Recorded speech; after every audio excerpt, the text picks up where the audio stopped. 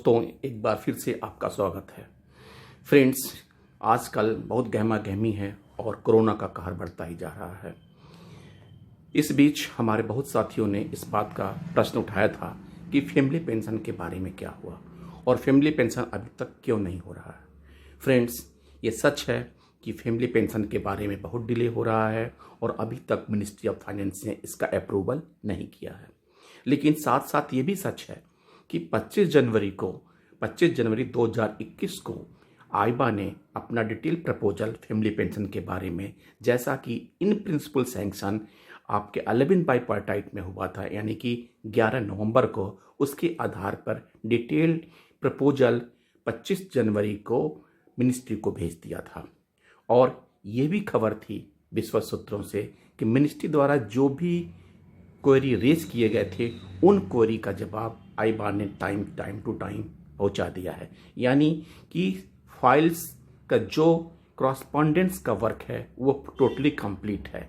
केवल ये green signal यानी अप्रूवल के लिए डॉक्यूमेंट पेंडिंग रखा हुआ है। ये कहना और ये प्रेडिक्ट करना बहुत डिफ़िकल्ट है कि मिनिस्ट्री ऑफ फाइनेंस में इसका अप्रूवल कब होगा। पहले कुछ दिन पहले ये खबर आ रही थी कि इलेक्शन की वजह से इसका अप्रूवल रुका हुआ है, लेकिन अब इलेक्शन का रिजल्ट आ गया 2 मई को, लेकिन आज 4 मई तक इसका कोई अप्रूवल नहीं आया है।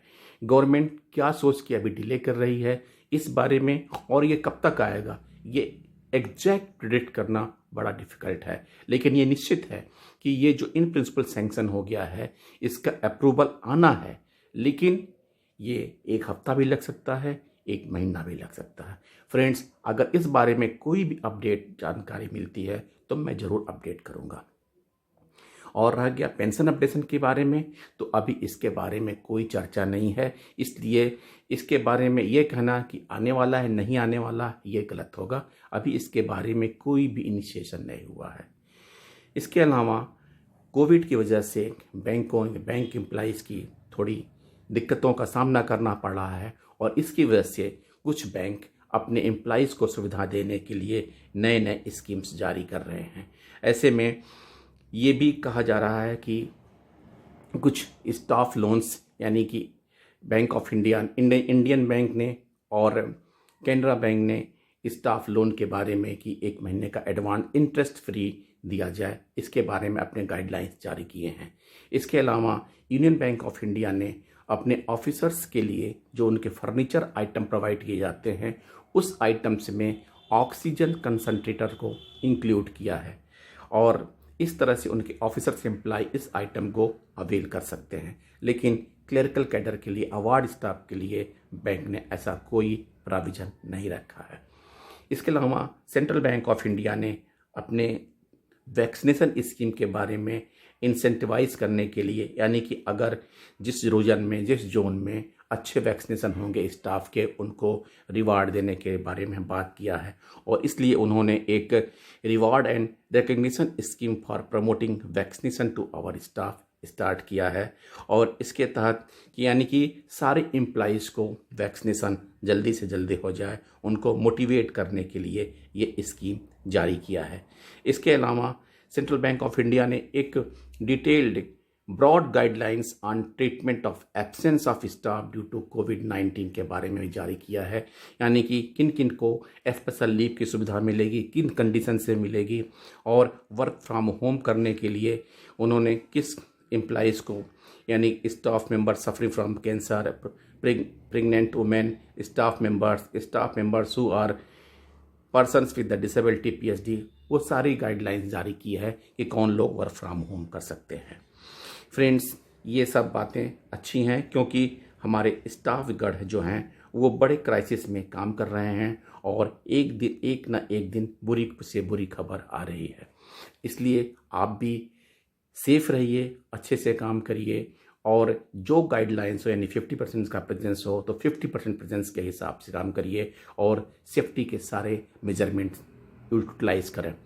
इस साथ साथ एक उन बैंक ब्रांच मैनेजर को बारे में कहना है कि जो भी बैंक ब्रांच मैनेजर हैं वो अपने ब्रांच को सैनिटाइज करावें, स्टाफ को सैनिटाइजन का व्यवस्था करें, मास्क की व्यवस्था करें इंडिविजुअली, और इस तरह के खर्चे बैंक का एक ऑडिटर कभी नहीं पूछता है। आप बैंक हित में खर्च करिए और प्रॉपर रिकॉर्ड रखिए। फ्रेंड्स, इसके अलावा रिजर्व बैंक ऑफ इंडिया ने आईसीआईसीआई बैंक के ऊपर 3 करोड़ का पेनाल्टी इम्पोज किया है। उसका सबसे बड़ा कारण ये है कि आईसीआईसीआई बैंक ने अपने इन्वेस्टमेंट में जो निवेश होता है उसमें जो कैटेगरी होती है एचएफटी बॉन्ड को, उसको एफएस बॉन्ड में कन्वर्ट कर दिया था विदाउट, जबकि ऐसा आरबीआई का सर्कुलर है कि आप ऐसा नहीं कर सकते हैं। इसलिए आरबीआई ने आईसीआईसीआई बैंक पे 3 करोड़ का पेनल्टी इम्पोज किया है। इसके अलावा एक गुड न्यूज़, अच्छी बात है कि आईडीबीआई बैंक 5 साल बाद ब्लैक यानी कि प्रॉफिट में आया है और 1359 करोड़ का नेट प्रॉफिट दिया है, जबकि इसके पहले 12,887 करोड़ का नेट लॉस था। यानी कि आईडीबीआई बैंक पीसीए से बाहर आ गया है, अच्छा प्रॉफिट दे रहा है और बैंक इसको बल का बकरा बनाने के लिए सरकार प्राइवेटाइजेशन के बारे में बात कर रही है। इसके अलावा और एक बात और कि 2 बैंक ऑफ महाराष्ट्र और यस बैंक, एक बैंक का टॉप में नाम है प्राइवेटाइजेशन होने के लिए, उसका परफॉर्मेंस है कि मार्च 21 क्वार्टर में profit 165 crore, total profit year 550 crore और नेट एनपीए 2.48 करोड़।